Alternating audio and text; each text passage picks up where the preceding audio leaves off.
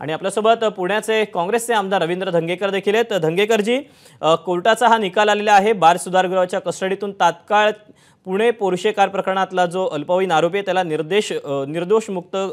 निर्देश दिलेले आहेत की तात्काळ मुक्त करा असे। आपण कसं पाहता याकडे?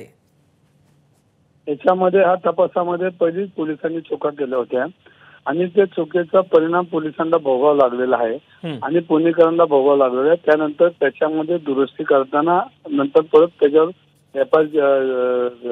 एफआयआर केल्यामुळे हा विषय हायकोर्टापर्यंत आला। त्या मुलाला आणि त्याच्या पालकांना ज्या पद्धतीनं पोलिसांनी कारवाई केली ती तशी कारवाई व्हायलाच पाहिजे होती।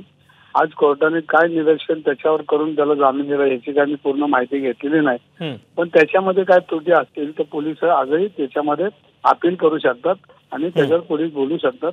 तर त्याचा अभ्यास आता काही लोकांशी बोलून करून त्याच्यावर आता बोलावलं। धंगेकरजी, धन्यवाद दिलेल्या सगळ्या सविस्तर प्रतिक्रियेबद्दल। एबीपी माझा, उघडा डोळे बघा नीट।